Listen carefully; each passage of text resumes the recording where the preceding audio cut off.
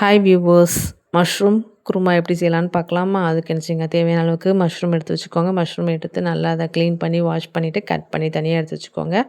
அடுப்பில் என்னச்சிங்க, ஒரு பொற்காஞ்சட்டி வச்சுக்கோங்க. அதுக்கு நல்லா ஹீட் ஆனோடனே ஆயில் ஊற்றிட்டு அதில் கடுகு ஆட் பண்ணிக்கோங்க.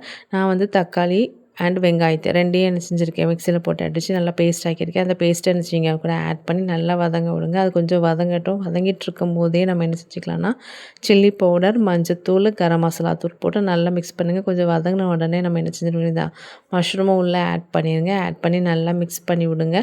நான் இஞ்சி, பூண்டு, கொத்தமல்லி, புதினா இது எல்லாத்தையும் நான் பேஸ்ட் பண்ணி வச்சுருக்கேன். அந்த பேஸ்ட்டையும் என்ன செஞ்சுக்கோங்க, இது கூட ஆட் பண்ணிவிட்டு நல்லா என்ன செய்யுங்க, மிக்ஸ் பண்ணி விடுங்க. நல்லா அது என்ன ஆகட்டும், மஷ்ரூம் வந்து வேகணும். அதுக்காக என்ன செய்யுங்க, தேவையான அளவுக்கு சால்ட் போட்டுட்டு மூடி வச்சுருங்க. மூடி வச்சு கொஞ்சம் நல்லா வேக விடுங்க. நல்லா பார்த்திங்கன்னா கொதித்து வெந்து வந்திருக்கு. நல்லா ஸ்மெல் வந்துடும். நல்லா குருமாவோட ஸ்மெல் வந்து நல்லாயிருக்கும். வந்துட்டு நல்லா கொதித்து வந்துட்டாலே மோஸ்ட்லி ஆல்மோஸ்ட் நமக்கு என்ன இருக்கும், மஷ்ரூம் குருமா ரெடி. இது சப்பாத்திக்கு வச்சு சாப்பிட்டிங்கன்னா ரொம்ப டேஸ்ட்டாக இருக்கும். கண்டிப்பாக ட்ரை பண்ணிவிட்டு கமெண்ட் பண்ணிடுங்க, ஷேர் பண்ணுங்கள், லைக் பண்ணுங்கள், சப்ஸ்கிரைப் பண்ணுங்கள். தேங்க்யூ.